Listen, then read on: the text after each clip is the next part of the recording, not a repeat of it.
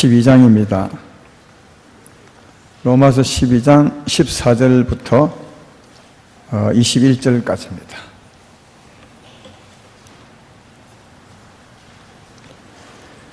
로마서 12장 14절부터 제가 봉독합니다. 너희를 박해하는 자를 축복하라. 축복하고 저주하지 말라. 즐거워하는 자들과 함께 즐거워하고 우는 자들과 함께 울라. 서로 마음을 같이 하며 높은 데 마음을 두지 말고 도리어 낮은 데 처하며 스스로 지혜 있는 채 하지 말라. 아무에게도 악을 악으로 갚지 말고 모든 사람 앞에서 선한 일을 도모하라. 할 수 있거든 너희로서는 모든 사람과 더불어 화목하라. 내 사랑하는 자들아, 너희가 친히 원수를 갚지 말고 하나님의 진노하심에 맡기라. 기록되었으되 원수 갚는 것이 내게 있으니 내가 갚으리라고 주께서 말씀하시니라.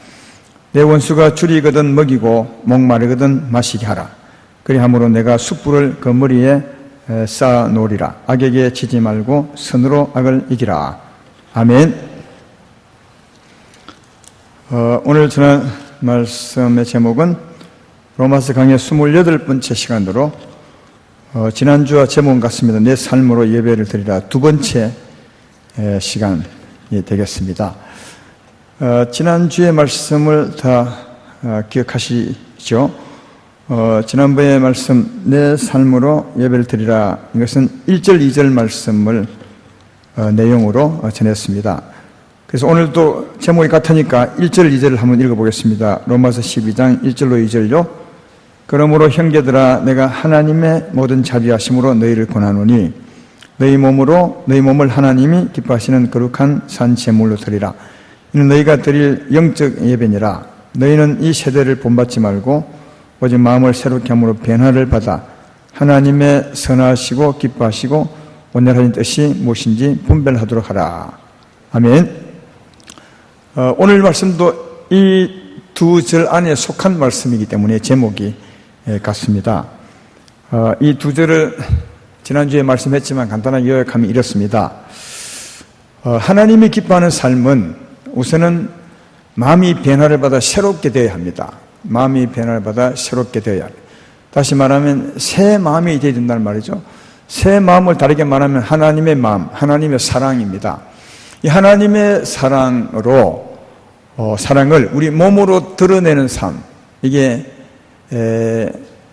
산 제물로 드리는 것이고요. 우리 몸을 산 제물로 하나님께 드리는 것이고, 다르게 말하면 영적인 예배라 그렇게 말합니다.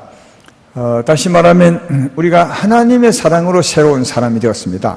그래서 하나님의 사랑을 우리 몸으로 드러내는 삶, 이 삶을 몸으로 드리는 산 제물이라 하고, 다르게 말하면 영적인 예배라 하고 삶으로 예배를 드린 것이며, 이 삶을 하나님이 기뻐하신다 하는 겁니다. 오늘도 제목이 같으니까 역시 마찬가지로 하나님의 사랑을 내 몸으로 드러내는 삶을 살아, 이런 말씀입니다. 우선 14절을 보면 너희는 박해하는 자를 축복하라. 축복하고 저주하지 말라. 그렇게 말합니다. 우리를 핍박하는 사람, 악한 사람이죠. 나는 악한 일을 안 했는데 이웃이 악한 사람이 나를 핍박하는 겁니다. 박해하는 겁니다. 그런 사람을 향해서 축복하라, 저주하지 말라, 그렇게 말합니다. 한마디로 말하면 예수님처럼 살라고 말하죠. 예수님 삶을 보면 참 악한 일을 많이 당했죠. 예수님은 악하지 않습니다. 하나님의 아들이니까요. 그러나 악한 일을 정말 많이 당했지만 한 번도 저주한 적이 없어요. 저 사람이 선한 내게 악하게 합니다. 하나님 가만두십니까? 가다가 어찌 되게 하십시오. 이런 말 한 적이 없어요. 한 번도. 십자가 그 모진 고통 속에서도 주님은 저주한 적이 없어요. 십자가 삶이 주님의 사랑의 정점이라 할 수 있죠. 누가복음 23장 34절에 예수의 말씀을 들어보십시오. 이에 예수께서 이르시되 아버지, 저들을 사하여 주옵소서.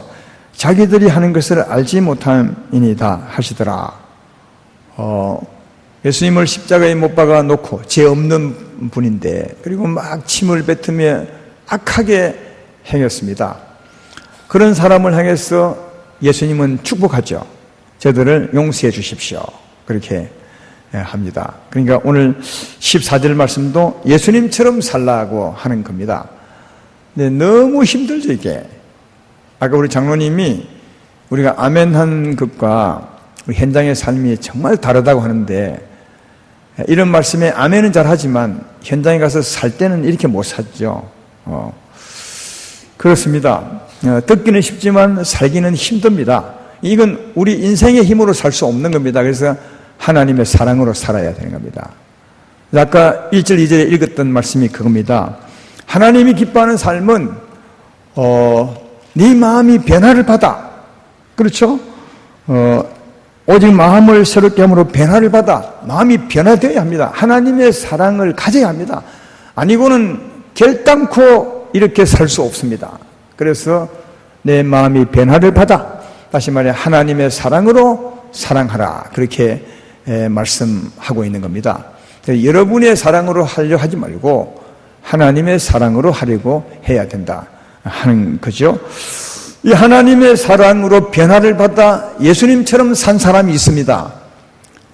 누구겠습니까? 많이 있지만 성경에서 꼭 예수님처럼 말한 분이 있습니다. 스데반이죠. 사도행전 7장 59절로 60절에 보면 이렇게 말합니다. 그들이 돌로 스데반을 치니 스데반이 부르짖어 이르되 주 예수여 내 영혼을 받으시옵소서 하고 무릎을 꿇고 크게 불러 이르되 주여 이 죄를 그들에게 돌리지 마옵소서. 이 말을 하고 자니라.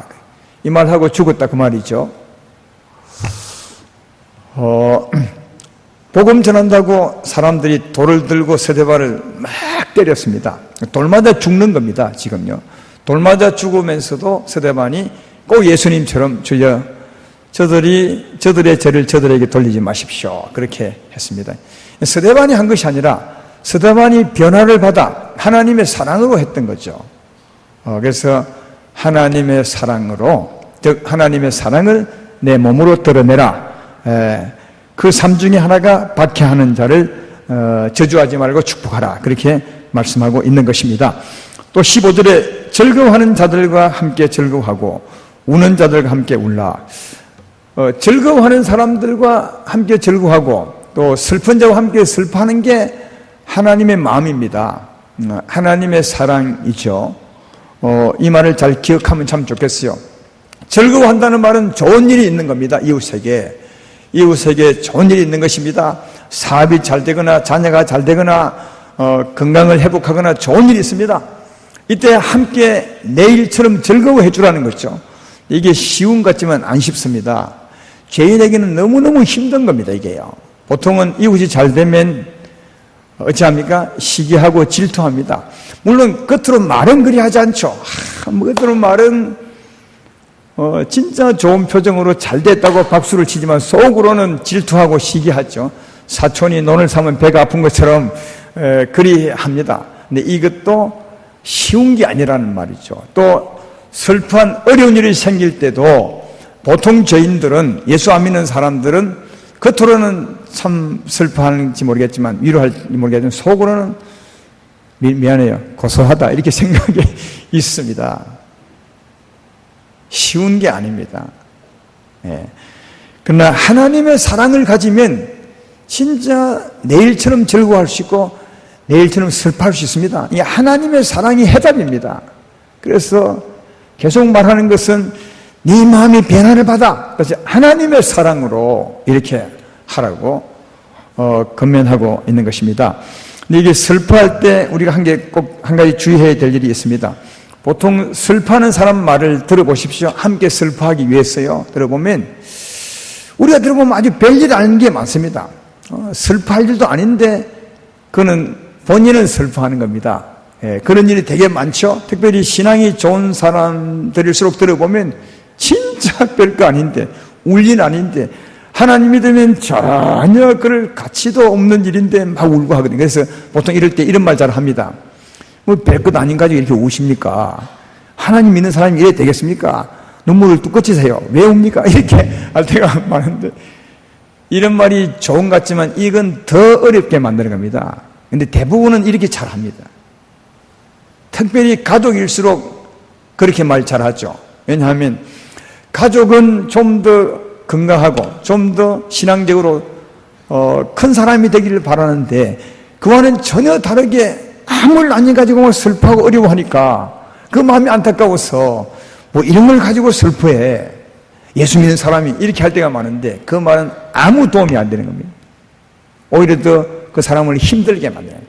그 사람이 우리가 보기에는 아무 일도 아닌 것 같지만 슬퍼하는 것은 그분에게는 슬픈 겁니다. 그분에게 힘든 겁니다. 그 사람 수준이 그렇기 때문에 힘든 거죠. 그래서 우리가 보기에는 아무것도 아니지만 그 사람이 보기에는 힘든 것이기 때문에 그 마음을 함께 알아줘야 돼요. 함께 슬퍼해 줄 때 그는 위로를 받습니다. 아, 세상에 나를 알아주는 사람도 있구나. 나의 슬픔을 알아주는 사람도 있구나. 그때 위로를 크게 받습니다. 네. 그런 사람이 되어줘야 됩니다. 예수님은 하나님의 아들 아닙니까? 그는 신앙을 따진다면 하늘에 계신 분이니까 얼마나 수준이 높겠어요. 그분이 세상의 어려움을 볼 때는 진짜 하찮은 거죠. 우리가 말하면 아니 그런 것 가지고 눈물 흘려? 넌 인생도 아니다 이렇게 할 수 있는데 주님은 그런 얘기 한 번도 없다는 겁니다. 진짜 아무 일도 아닌 것 같지만 주님은 함께 울어주셨어요. 그 네가 얼마나 힘드냐? 네 힘든 것을 안다. 이때 사람들은 위로를 받는 거죠. 나를 알아주시는 주님에게 위로를 받고 그 주님을 친구처럼 대하게 되고 그 신실한 친구의 말을 그 다음에 듣게 되는 거죠. 그래서 함께 울어줄 때 그 사람이 나의 위로를 받습니다. 그리고 나의 말을 믿어주게 되고 나를 친구처럼 가까이 대하게 됩니다. 그래서 그 후에 그 사람을 바르게 인도할 수 있는 거죠. 그래서 그 사람을 바르게 세우려면 먼저 바른 말을 할 것이 아니라 그 사람과 함께 울어주는 것이 진짜 필요하고 그게 하나님의 사랑이라는 거예요. 지금까지는 우는 사람에게 책망했다면 이제부터는 아무리 하찮은 일일지라도 함께 울어주고 함께 손을 잡아 주시길 바랍니다. 왜냐하면 그 사람은 그 위로가 필요하기 때문에 그리고 난 후에 바른 길로 나중에 좀 시간 지나서 이끄시면 여러분의 말을 잘 듣고 인도를 받아서 나중에는 그 일이 와도 울지 않는 자가 될 것이라 하는 겁니다. 이게 하나님의 사랑임을 기억하시고 그리해 보시길 바랍니다. 16절에 서로 마음을 같이하며 높은 데 마음을 두지 말고 도리어 낮은 데 처하여 자며 스스로 지혜 있는 체 하지 말라. 서로 마음을 같이하라. 이 마음을 같이하라는 말이 성경에 자주 나옵니다. 근데 어떤 마음을 같이 하는 것이냐? 그것도 성경에 나와 있습니다. 에베소서 4장 1절로 3절에 보면 같은 마음을 갖는 게 어떤 마음인지 알 수 있습니다. 그러므로 주 안에서 갇힌 내가 너희를 권하노니 너희가 부르심을 받은 일에 합당하게 행하여 모든 겸손과 온유로 하고 오래 참음으로 사랑 가운데 서로 용납하고 평안에 매는 줄로 성령이 하나 되게 하신 것을 힘써 지키라. 그러니까 이 말을 앞뒤 말을 이해해 보면 겸손과 온유와 오래 참음과 사랑 가운데 용납하는 이 마음은 성령이 주는 마음이요. 성령이 하나 되게 하는 마음이라니까요. 그러니까 성령이 오면 이런 마음이 내게 있는 겁니다. 성령이 오시면 겸손한 마음이 옵니다. 왜? 성령은 겸손한 분이니까요. 성령이 오시면 온유한 마음이 오는 겁니다. 성령은 오래 참는 능력이 있습니다. 성령은 사랑 가운데 용납하는, 용납이라는 말은 내가 책임을 지고 용서하는 겁니다. 예수님의 사랑에 용납하는 사랑 아닙니까? 죄는 우리가 지었는데 예수님이 대신 십자가로 우리 죄를 담당하시고 우리를 용서하신 거죠. 이게 용납하는 사랑입니다. 하나님의 사랑에는 대신 책임을 지고 용서하는, 이 용납하는 사랑이 있는 거죠. 그래서 성령이 충만하면 이런 마음을 가질 수 있습니다. 그래서 아까 서로 마음을 같이 하여 이건 성령이 주는 마음으로 같이 하라는 거죠. 성령이 주는 마음, 겸손한 마음, 온유한 마음, 오래 참는 마음, 용납하는 마음을 가지고 그 마음으로 서로 하나가 되라. 그러면 이 마음으로 하나가 되면 정말 사귐이 있죠. 용서가 되죠. 이해가 되죠. 굉장히 그 사이가 좋은 사이가 될 것이라 하는 겁니다. 빌립보서 2장 2절로 4절에도 이런 마음을 가지라 하죠. 마음을 같이 하여 같은 사랑을 가지고 뜻을 합하며 한 마음을 품어 아무 일에든지 다툼이나 허영이라 하지 말고 오직 겸손한 마음으로 각각 자기보다 남을 낮게 여기고 각각 자기 일을 돌볼 뿐 아니라 또한 각각 다른 사람 일을 돌보아 나의 기쁨을 충만하게 하라. 그렇게 똑같은 말입니다. 성령이 주는 마음으로 같은 마음을 품으라고. 이게 하나 이해해 볼 것은 각각 자기보다 남을 낮게 여기고, 이 말은 해석을 잘 해야 됩니다. 여러분이 이웃을 볼 때 저 사람은 나보다 나아 이렇게 생각하는 사람이 있습니까? 물론 있겠죠. 신앙이 뚜렷하게 약한 사람이 신앙이 뚜렷하게 좋은 사람 보고 저분은 신앙이 나보다 좋아 이럴 수 있습니다. 근데 신앙이 뚜렷하게 좋은 사람이 신앙이 행편이 낮은 사람을 향해서 저 사람은 나보다 훌륭해 그러지는 않잖아요. 혹시 그런 분 있으십니까?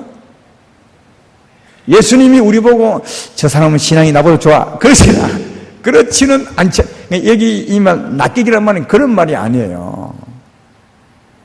사람은 보통 자기를 훌륭하다 합니다. 여기 남을 나보다 낚이긴다는 말은 저 사람이 나보다 훌륭해 그런 뜻이 아니라 남을 더 먼저 생각하고 남을 더 많이 생각한다는 말이에요. 예. 여러분, 하나님의 사랑에게는 자기 유익을 굳지 않고, 다르게 말하면 이웃의 유익을 먼저 생각하고, 이 말이 있죠. 하나님의 사랑의 힘입니다. 그래서 하나님의 사랑 안에는 이웃을 먼저 생각하고 이웃을 많이 생각하는 마음이 있는 겁니다. 그래서 여기 이웃을 나보다 낮게 기라는 말은 그런 말입니다. 이웃을 먼저 생각하고 이웃을 많이 생각하는 거예요. 나보다도. 이게 하나님의 사랑이에요. 하나님의 사랑이 있으면 이런 마음을 갖게 되는 겁니다.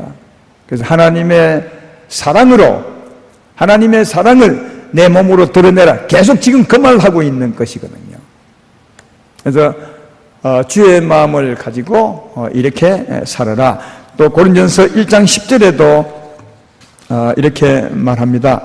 형제들아, 내가 우리 주 예수 그리스도의 이름으로 너희를 권하노니 모두가 같은 말을 하고 너희 가운데 분쟁이 없이 같은 마음과 같은 뜻으로 온전히 합하라.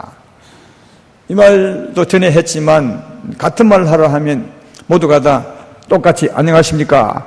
똑같이 말하고 자, 이제 그런 말이 아니라, 그러니까 성령이 주는 겸손한 마음, 오래 참는 마음, 사랑에 용납하는 마음을 가지고 거기서 나오는 말을 하라는 거예요.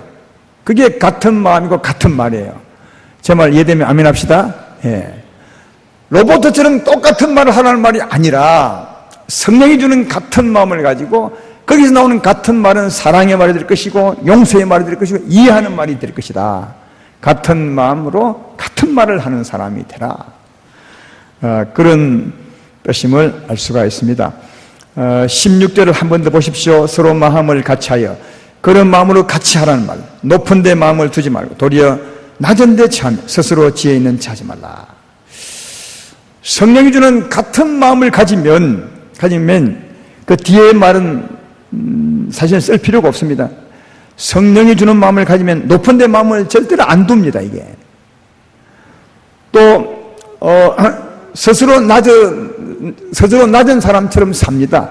남을 많이 생각하고 남을 먼저 생각하기 때문이고 그리고 스스로 지혜 있는 척 안 합니다. 예. 성령 안에는 그런 사랑이 들어 있습니다. 성령 안에는 성령이 충만하게 되면 이게 하나님의 은혜야, 내 것이 아니야, 주의 은혜야. 또 성령이 충만하면 먼저 이웃을 먼저 생각하고 많이 생각하는 마음이 있습니다. 절대로 자기를 높이 안 둡니다. 교만하지 않습니다. 성령의 능력이 그것입니다. 성령이 충만하면 절대로 교만하지 않아요. 왜? 성령의 능력 안에 겸손한 힘이 있기 때문에 그렇습니다. 그래서 성령 충만하면 그리고 그 은혜를 우리가 기억하게 되면 이 주의 뜻대로 살 수 있습니다. 겸손한 자가 되고 남을 나보다 더 많이 생각하고 먼저 생각하고 또 절대로 지혜 있는 척 하지 않습니다. 그 지혜가 하나님 것임을 너무너무 잘 알고 겸손하게 살게 된다. 그러니까 성령 충만하면 우리 삶이 거기서 나온다는 겁니다. 이런 사람이 있잖아요. 직책이 좀 높아지게 되면 사람들이 이제는 막 전에와는 좀 다르게 인사도 잘하고 굽신거리는 표현은 뭐 하지만 절을 잘하면서 높이 합니다. 뭐 장로님, 권사님 막 높이죠. 갑자기 그런 말을 듣게 되면 이제 두 가지 반응이 나옵니다. 하나는 은혜가 충만한 사람은, 성령이 충만한 사람은 어떻게 하느냐? 야, 진짜 나 같은 사람이 뭐라고 저렇게 인사를 하느냐? 주의 은혜입니다. 내가 무엇인데 이렇게 인사를 합니다. 주의 은혜 아니고는 이렇게 없습니다. 은혜가 충만한 사람은 더 겸손해집니다. 자기를 낮추죠. 근데 교만한 사람은 딱 표현합니다. 인사를 자꾸 하다가 안 하면 저는 보래, 전에는 인사를 잘 하는 놈이 인사를 안 해. 추석에 선물을 잘 주더니 안 줘. 막 이렇게 됩니다. 이게 하나님의 은혜가 빠져버린 겁니다. 하나님 은혜가 없거나 그렇습니다. 이게 잘 대해줄수록, 잘 대접을 받을수록 하나님 은혜가 충만한 사람은 더 겸손해집니다. 내가 무엇인데 이런 은혜를 주십니까? 내가 무엇인데 저 사람들이 내게 이런 인사를 합니까? 성령이 충만할수록 겸손해지는데, 성령이 충만하지 아니하면 직분이 높아질수록 목이 더 곧아져서 더 교만한 자가 된다는 겁니다. 그래서 이런 삶의 모습을 내게서 한번 보고 내가 지금 은혜 충만한지, 은혜 충만하지 않는지를 잘 발견하고 은혜 충만한 자가 되어야 합니다. 겸손한 자가 되라고 말하지 않습니다. 은혜 충만해야 겸손한 자가 되는 겁니다. 우리가 겸손하려고 아무리 예수도 겸손하지 되는 것이 아닙니다. 겸손은 하나님의 영으로 오는 것입니다. 영이 충만하면 겸손하게 되는 겁니다. 그러나 이런 것을 잘 모르면 자꾸 본인이 겸손해지려고 하죠. 겸손하려고 그건 애를 쓸 뿐이고 수고할 뿐이지 결코 겸손이 아닙니다. 일부러 겸손하는 거죠. 골로새서에 보면 일부러 겸손하고라는 말이 나오죠. 그 일부러 겸손하는 거지 진짜 겸손이 아니라고요. 진짜 겸손은 하나님의 영에서 나오는 겁니다. 성령이 충만하게 되면 겸손해지는 겁니다. 그래서 우리가 진짜 구할 것은 마음이 새롭게 변화를 받아 하나님의 사랑으로 겸손하게 사는 것임을 알 수 있다. 이런 하나님의 생명으로 겸손해지는 진짜 겸손으로 살아가는 우리 모두가 되길 주의 이름으로 축원합니다. 그 다음 17절부터 21절까지 한 단락입니다. 아무에게나 악을 악으로 갚지 말고 모든 사람 앞에서 선한 일을 도모하라. 할 수 있거든 너희로서는 모든 사람과 더불어 화목하라. 내 사랑하는 자들아, 너희가 친히 원수를 갚지 말고 하나님의 진노하심에 맡기라. 기록되었으되 원수 갚는 것이 내게 있으니 내가 갚으리라고 주께서 말씀하시니라. 내 원수가 줄이거든 먹이고 목마르거든 마시게 하라. 그리함으로 내가 숯불을 그 머리에 쌓아 놓으리라. 악에게 지지 말고 선으로 악을 대하라. 악을 이기라. 그러니까 여기에 주제는 뭐냐면 악에 대해서 악으로 갚지 말라는 거예요. 악에 대해서 악으로 갚지 말라. 왜 악에 대해서 악으로 갚지 말아야 되겠습니까? 이유가 뭐죠? 왜 악에 대해서 악으로 갚지 말아야 하는 것입니까? 이유가 뭐죠? 우리가 받은 것은 하나님의 사랑이라는 거예요. 예? 제 말 이해되십니까? 우리가 받은 것은 하나님의 사랑이지 악을 받은 것이 아니니까 네가 가진 것은 하나님의 사랑이다. 네가 산 것이 아니라 하나님의 사랑으로 사는 것이다. 그래서 누가 악하게 하더라도 너는 사랑으로 해야 된다. 왜? 네가 받은 것이 사랑이다. 하나님의 선이기 때문에. 그래서 이렇게 말한 겁니다. 계속 1절, 2절 속에 있는 말씀입니다. 누가 악하게 할지라도 네가 그 사람을 대하는 것은 사랑이다. 하나님의 선이다. 왜? 네가 받은 것이 하나님의 선이기 때문에 그렇다. 그렇게 말하는 거죠. 이 하나님의 사랑, 선 가운데는 어떤 또 성질이 있냐 하면 성령이 열매는 사랑과 희락과 화평이요 한 것처럼 화평하는 힘이 있습니다. 근데 죄는, 사망에는 화평보다는 자꾸 나누려고 하는, 싸우고 분리하고 나누려 하는 힘이 있습니다. 갈라디아서 5장에 잘 말씀하고 있죠. 육체의 소욕은 현저하니 싸우고 분리하고 나누어지고 다투고 이게 죄의 성질입니다. 그래서 죄인들의 삶을 보시면 끊임없이 싸웁니다. 그래서 계속 나누어집니다. 지금 세계 나라가 몇 나라라고 했죠? 저도 정확히 모르지만 200몇 나라라고 하잖아요. 처음에 창세 때는 나라가 몇 개였었겠어요? 나라가 하나였어요. 세월이 지나면서 수없이 나누어졌어요. 왜? 싸워서 나누어진 겁니다. 왜? 그들에게는 하나님을 떠나 죄 가운데 사니까 죄의 성질이 뭐냐? 싸우고 나눠지고 다투고 시기하고 질투하는 겁니다. 끊임없이 불대. 그러니까 죄가 있는 곳에는 이혼이 있고 나눔이 있고 싸우고 다툼이 있는 겁니다. 그러나 그 반대로 하나님의 사랑에는 화평의 힘이 있는 겁니다. 하나님의 사랑이 오면 나눠진 사람도 서로 용서하고 하나가 되려 하고 자꾸 붙이고 하나 되고 사랑하고 이런 게 있습니다. 하나님의 생명 안에는 말이죠. 그래서 하나님의 사랑의 특징은 싸우는 것이 아니라 나눠지는 것이 아니라 나눠진 것을 자꾸 붙이는 겁니다. 하나 되게 하는. 그것이 하나님의 생명의 능력이다 하는 겁니다. 그래서 마태복음 5장 9절에 이런 말씀이 있죠. 화평하게 하는 자는 복이 있나니 그들이 하나님의 아들이라 일컬음을 받을 것이요. 왜 이런 말이 나왔습니까? 하나님의 아들은 하나님의 생명을 받은 자이거든요. 하나님의 생명이 뭔데? 화평입니다. 그래서 이렇게 하는 겁니다. 하나님의 생명은 화평입니다. 그래서 하나님의 생명을 받은 사람들은, 하나님의 아들들은 나누는 것이 아니라 싸우는 것이 아니라 자꾸만 화평하려 합니다. 그래서 그 사람의 삶을 보니까 화평케 하거든요. 그래서 하나님의 아들입니다. 하나님의 아들은 화평하는 생명을 가진 것입니다. 우리가 새롭게 변화된 것은 하나님의 사랑, 화평의 생명을 가진 것입니다. 그래서 우리가 가는 곳마다 나눠진 것이 하나 되고 합쳐지고 일이 되는 겁니다. 그게 하나님의 아들들이 하는 일이라 하는 겁니다. 그런데 가는 곳마다 싸우고 나눠지는 사람은 그는 하나님의 아들가 아닙니다. 사망입니다. 죄입니다. 죄의 종이라 하는 것을 알 수가 있다. 여러분이 가는 곳마다 세상이 하나가 되는 역사 있게 되길 바랍니다. 그게 하나님의 아들의 생명으로 사는 것임을 알 수가 있습니다. 그래서 아까 18절에 보면 할 수 있거든 너희로서는 모든 사람과 더불어 화평하라.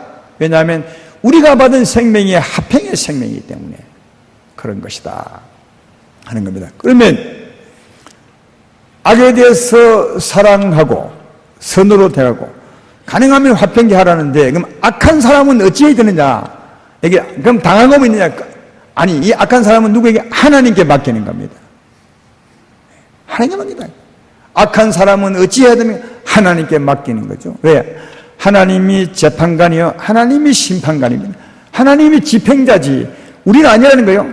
그래서 아무리 악한 일을 해도 우리가 할 일은 사랑이라는 거죠. 그 사람은 하나님께 맡기고.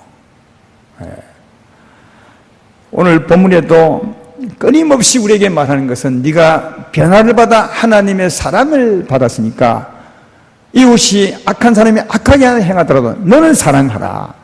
그게 네가 할 일이다. 그러면 악한 사람은 어떻게 해야 됩니까? 하나님께 맡겨라. 하나님이 집행관이다. 그렇게 말씀하고 있죠. 근데 이제 하나님께 맡기는데 한 가지 해야 될 일이 있습니다. 뭐냐 하면 악한 사람에 대해서 그냥 모른 척하거나 방관하거나 방치하면 안 되는 겁니다. 왜냐하면 사랑의 이 능력도 하나 있습니다. 고린도서 13장 6절에 보면 이런 사랑도 있습니다. 불의를 기뻐하지 아니하며 진리와 함께 기뻐하고. 불의를 기뻐하지 않는다면 악을 기뻐하지 않는 겁니다. 악하게 행하는 사람을 기뻐하지 않는 겁니다. 이걸 잘못 이해해가지고 악한 사람에 대해 막 싸웁니다. 이기려고 막 합니다. 왜? 불의를 기뻐하지 아니하고 그랬으니까 말이에요. 근데 이 말은 그런 뜻이 아니라 악한 사람에 대해서 사랑하되 그 불의에 대해서 방관하지 말라는 거예요. 사랑하는 마음으로 뭐요? 건면해서 돌이키라는 말이죠. 이 불의를 기뻐하지 말라는 말은 불의한 채로 버려두지 말라는 말이지 그와 싸워서 이기라는 말이 아닙니다. 그를 여전히 사랑하되 그 사람을 불쌍히 여기사 악에 방치해 두지 말고 적어도 건면해서 바른 길을 이끌어라. 이게 불의를 기뻐하지 아니하고 진리와 함께 기뻐한다는 그런 뜻임을 잘 알 수가 있습니다. 거기 보십시오. 그래서 사랑하되 어떻게 하라고요? 20절에 보면 원수가 줄이거든 먹이고 목마르든 마시게 하라. 그렇게 합니다. 그러니까 원수를 진짜 사랑해야 된다는 거예요. 나를 괴롭히는 사람, 악한 사람이 굶어 죽어가면 그를 좀 먹이라는 거예요. 마시게 하라는 거예요. 입혀주라는 말이죠. 사랑하라. 그리고 그를 악에서 그녀들을 건면하라. 예수 믿으셔야 됩니다. 주께로 오십시오. 하든지 건면하라. 그의 악은 하나님께 맡기고, 이제 이런 사람에 대한 삶의 정리는 되죠? 이렇게 살지 안 살지는 모르겠지만 삶의 정리는 되는 거죠. 근데 원수 갚는 것을 하나님께 맡기라. 그렇게 이제 19절에 말하는데, 왜냐하면 하나님이 집행관이고 하나님이 재판관이기 때문에 그에게 맡기라. 우린 나만 사랑하라. 그게 말하는데, 여기 보면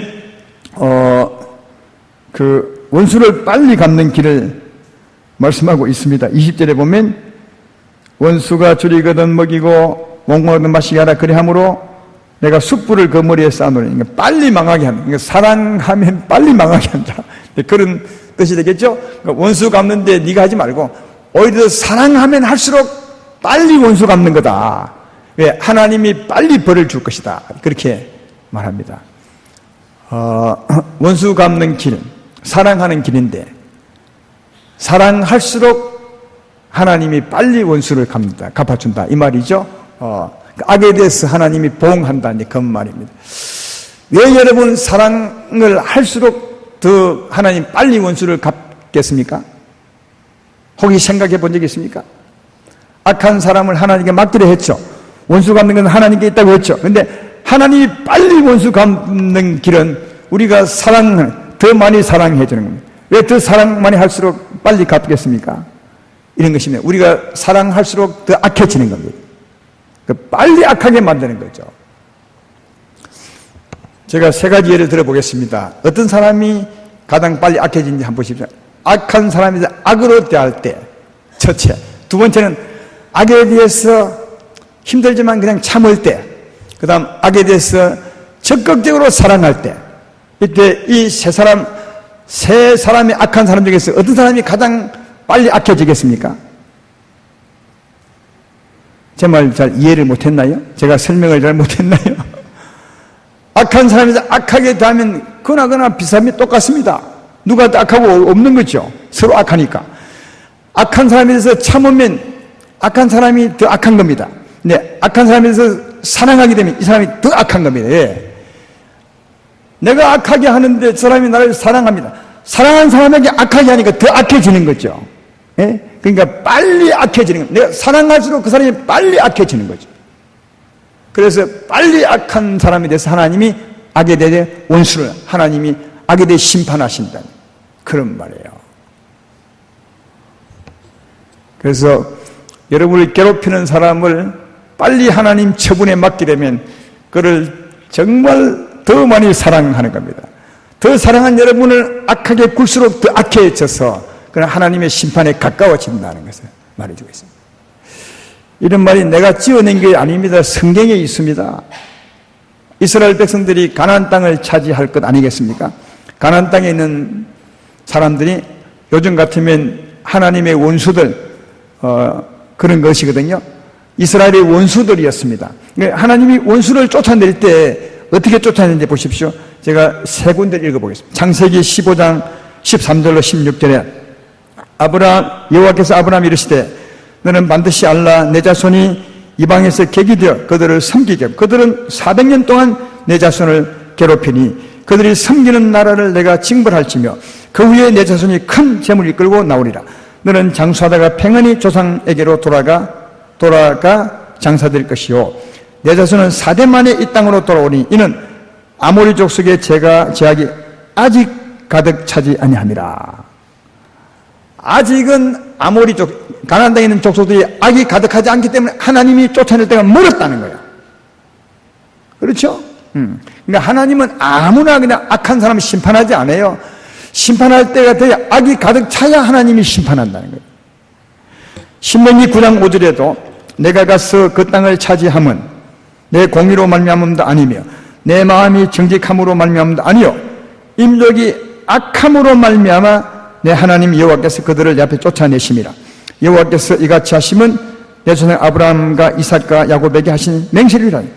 우리가 선하기 때문에 하나님이 악을 심판하는 것이 아니라 악한 놈이 악하기 때문에 하나님이 심판하신다. 그럼 아까 말씀과 같은 말이죠. 그래서 이제 이스라엘 백성이 이런 하나님의 말씀을 듣고 가나안 땅에 들어갑니다. 그 가나안 땅에 있는 사람들이 악해야 심판받을 만해야 하나님이 심판하는 겁니다. 그래서 하나님이 어떻게 하느냐, 더 악해지도록 어떻게 하느냐, 여호수아기 11장 20절에 보면 이렇게 말합니다. 그들의 마음이 완악하여 이스라엘을 대적하여 싸우러 온 것은 여호와께서 그리하게 하신 것이라. 그들을 진멸하여 바치게 하여 은혜를 입지 못하게 하시고 여호와께서 모세에게 명령하신 대로 그들을 멸하려 하심이었더라. 그러니까 이 말을 다르게 말하면 그 이스라엘의 적들을 하여금 더 악하게 만들어서 하나님이 심판해 버렸다는 거예요. 악하게 만들어서 이스라엘 백성들은 별로 죄가 없는데 막 그들이 악하게 쳐들어오게 함으로 더 악하게 만들어서 하나님이 심판하여 쫓아내게 했다는 겁니다. 이걸 보면 악이 가득할 때 하나님이 벌하시는데 그 악을 더 가득하게 하는 것은 우리가 악에 대해서 악으로 갚는 것이 아니라 악에 대해서 선으로 하고 사랑하면 할수록 빨리 악하게 만들어서 하나님의 심판 안에 둔다 하는 것을 알 수가 있는 거죠. 그래서 하나님 우리에게 말하면 너희가 원수 갚지 말고 너희가 할 일은 하나님께 받는 사랑인즉 사랑으로 사랑하라.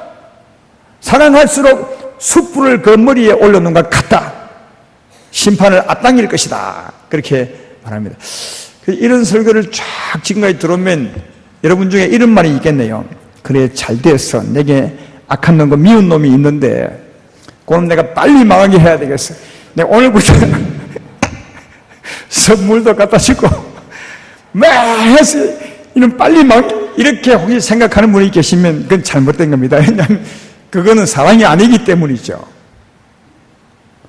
근데 이 말씀은 사랑할 때 빨리 하나님이 그 사람의 악을 심판한다는 말이지 우리에게 원수 갚기 위해서 사랑하라고 한 얘기가 없어요. 사실은 원수 갚기 위해서 사랑하라 결심을 하고 그를 망하게 하기 위해서 사랑하라 그런 말씀은 없습니다.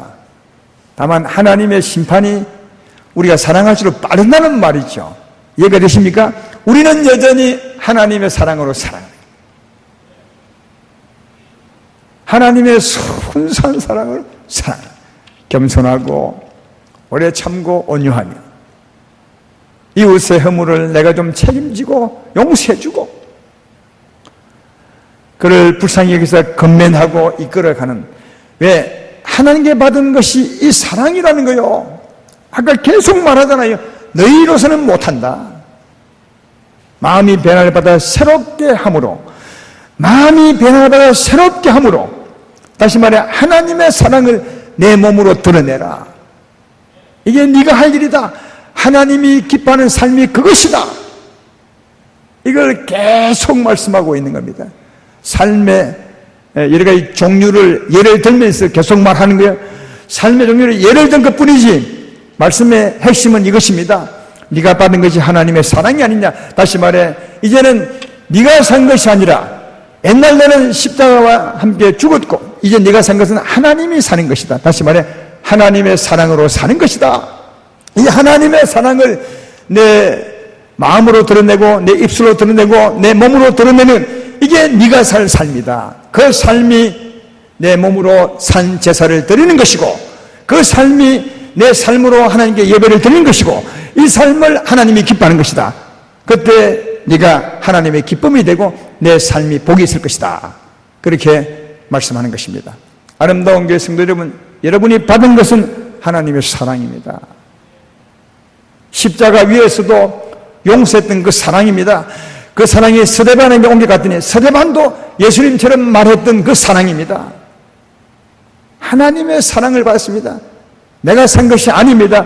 이 사랑을 내 마음으로, 내 입술로, 내 몸으로 드러내는 삶, 이 삶을 살게 하기 위해서 하나님은 우리를 바꾸어 놓으셨습니다. 힘들지만 정말 힘듭니다. 말씀 듣고 아멘 하기는 참 쉽습니다. 그래서 우리는 수십 년 동안 이 말씀 듣고 아멘 해왔습니다. 그러나 삶의 현장에서는 철저하게 실패합니다. 그러나 이제는 좀 실패하더라도 어느 정도 성공도 하고 살아야 되지 않겠습니까? 계속 실패만 하다가 가시겠습니까? 입술로는 아멘 하지만 실제로 삶은 그리 못하게 살다가 죽게 가시겠습니까? 그러고서는 나중에 죽게 가서 무슨 말을 하려고 하십니까? 이제는 조금 달라져야 합니다. 실패하더라도 다시 오뚜기처럼 일어나서 하나님의 사랑으로 사랑하려 해야 합니다. 하루에 수십 번 실패하더라도 또 일어나서 사랑하려고 해야 합니다.